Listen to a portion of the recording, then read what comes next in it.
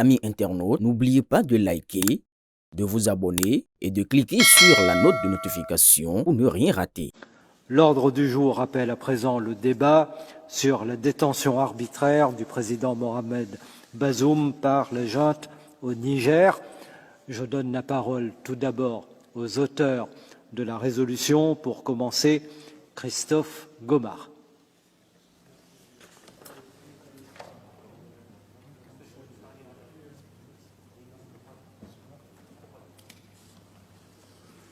Monsieur le Président, Monsieur le Commissaire, chers collègues, nous voterons demain pour une résolution d'urgence qui me tient particulièrement à cœur, la demande de libération du président nigérien Mohamed Bazoum, que je présente pour la 4e fois. Depuis le coup d'État du 26 juillet 2023, Mohamed Bazoum est détenu avec son épouse par la junte militaire qui a pris le pouvoir, privé de téléphone et totalement coupé du monde extérieur. 950 jours se sont écoulés depuis ce coup, 950 jours de détention injustifiée.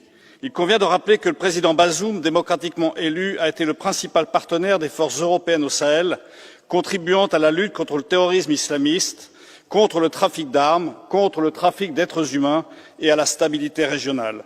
Nous ne pouvons rester plus longtemps silencieux alors qu'un allié clé de l'Europe est emprisonné. Quel exemple de loyauté l'Union européenne donnerait-elle à ses partenaires? Sa libération est urgente pour 2 raisons majeures. Son mandat prendra fin le 2 avril 2026. Ne pas obtenir sa libération avant cette date constituerait un échec grave. Un signal clair doit être envoyé à nos partenaires et à leurs opposants. L'Europe est un allié assumant ses engagements envers ceux qui ont coopéré avec elle pour plus de sécurité et plus de liberté. Cette résolution rappelle le caractère inacceptable de la détention d'un dirigeant démocratiquement élu, partageant nos valeurs, renversé puis emprisonné par une junte militaire toujours au pouvoir aujourd'hui. Elle appelle à la libération immédiate de Mohamed Bazoum et de son épouse, au rétablissement de l'ordre constitutionnel et à l'organisation de nouvelles élections démocratiques. Depuis le coup d'État, le Niger s'enfonce dans une spirale de violence et d'insécurité.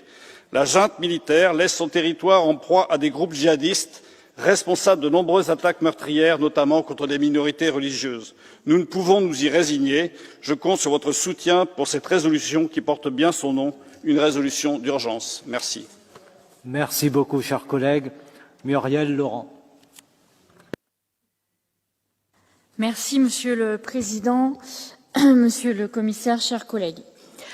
Le coup d'État et l'arrestation du président Bazoum ont marqué un basculement dans l'histoire du Niger. La population nigérienne, l'une des plus pauvres du monde, fait face aujourd'hui à une insécurité croissante. Des millions de personnes sont déplacées et dépendent de l'aide humanitaire pour survivre. Dans ce contexte, la décision de la junte de dissoudre massivement les ONG et d'expulser les organisations internationales a des conséquences dramatiques. Soyons clairs, la junte ne pourra pas remplacer ces acteurs humanitaires. Il est urgent de leur permettre de reprendre leur mission vitale. Mais l'urgence est aussi politique. Sans un retour immédiat à l'état de droit, il n'y aura ni paix ni développement. La société civile doit pouvoir agir librement pour préparer une transition démocratique rapide et crédible. Enfin, tous les prisonniers politiques doivent être libérés, y compris Mohamed Bazoum, car sans liberté fondamentale, sans respect de l'état de droit, il ne peut y avoir de stabilité durable pour le peuple nigérien. Le temps presse, le monde ne peut rester silencieux. Merci beaucoup. Nathalie Loiseau. Merci, Monsieur le Président. Depuis bientôt 3 ans, des militaires ont pris le pouvoir au Niger à la faveur d'un coup d'État. Depuis, le président Bazoum est détenu. Les militaires français qui aidaient le Niger à combattre le terrorisme ont été priés de partir. Quel est le bilan de ces 3 années? Il est hélas catastrophique. Le Niger n'est plus une démocratie, les milices djihadistes progressent, la population souffre considérablement. Mais à Niamey, la junte a une explication et un bouc émissaire, la France. La France qui n'est plus là, mais que les putschistes accusent de tous les maux en recourant massivement à la désinformation. À les croire, la France enlèverait des enfants, préparerait un coup d'État et armerait les djihadistes, rien de moins. La junte appelle même le peuple nigérien à se préparer à une guerre contre la France. Ces mensonges sont pathétiques. Il faudrait rappeler aux putschistes de Niamey que ce sont eux qui ont pris le pouvoir, qui ont renoncé à l'aide de la France et fait appel à la Russie. Ils portent l'entière responsabilité de leurs échecs, et ces échecs sont nombreux. Merci beaucoup, chers collègues. Catarina Vieira.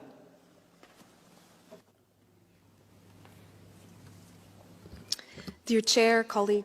Monsieur le Président, mes chers collègues, Monsieur le Commissaire, plus de 2 ans après le coup d'État, Mohamed Bazoum, démocratiquement élu, est toujours incarcéré sans avoir été mis en accusation ni jugé.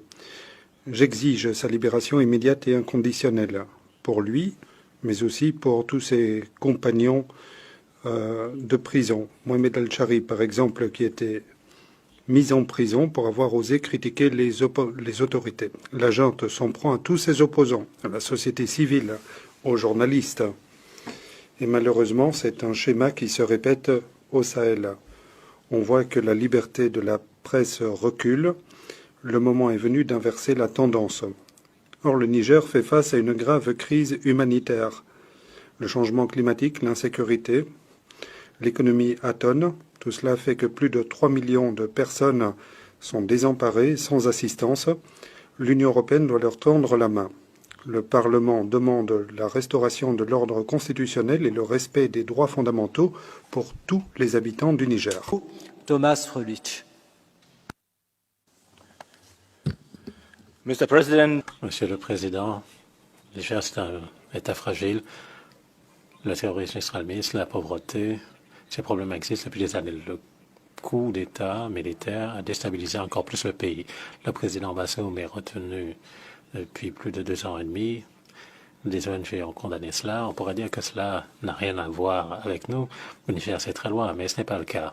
Le Niger, c'est un partenaire important pour nous dans la lutte contre le terrorisme islamiste, mais également en matière de gestion des frontières. C'est un pays de transit clé pour la migration, une population qui croît rapidement.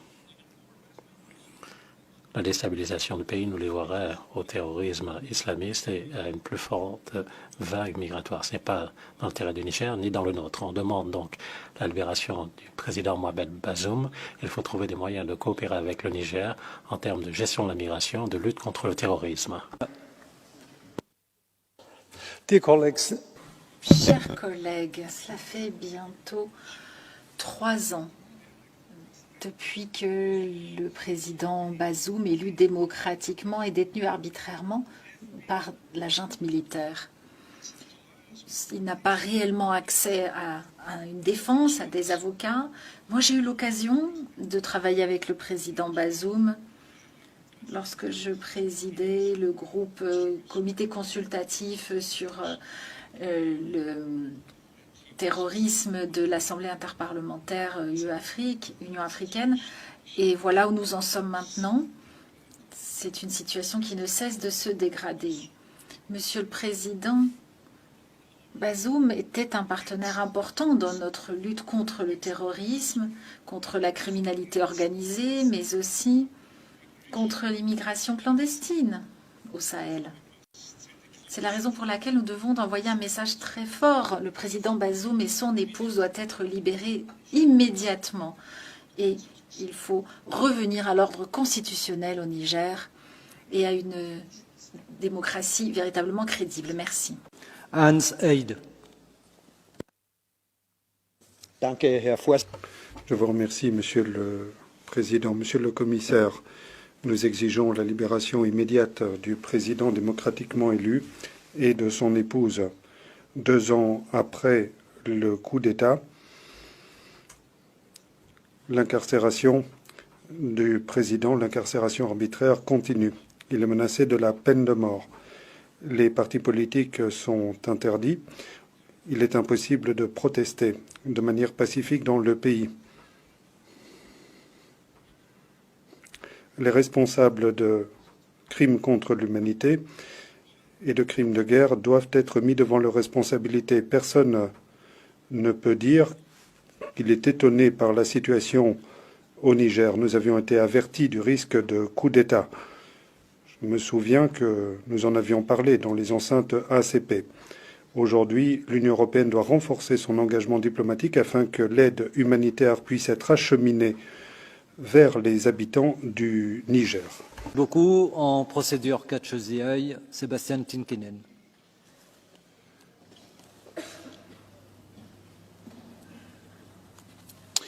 Dear President, Monsieur le Président, chaque mois, ce Parlement réclame la libération immédiate inconditionnelle de personnalités politiques africaines incarcérées et condamne les atrocités sur le continent. Alors, il est très bon qu'on les condamne, mais la question à poser, c'est pourquoi autant de nos appels restent sans écho? La réponse, c'est que l'Europe a perdu en importance. Comment redevenir pertinent? Il faut qu'on soit des innovateurs et non pas des régulateurs. Il faut éviter de soutenir nos rivaux lorsqu'ils essaient de prendre place dans des pays partenaires. Il ne faudrait pas continuer à acheter de l'énergie russe et acheter chinois. Il faut le pouvoir ou un moyen de pression sur la scène internationale. Si on n'a ni l'un ni l'autre, on n'y parviendra pas.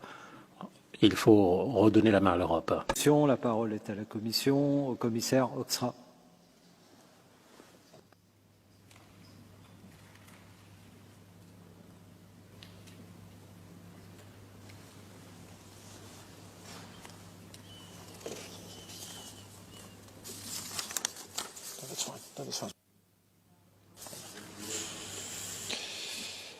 thank you very much. Merci, Monsieur le Président, et un grand merci aux députés pour leur contribution. Alors, je vais m'exprimer une nouvelle fois au nom de Kaja Kallas.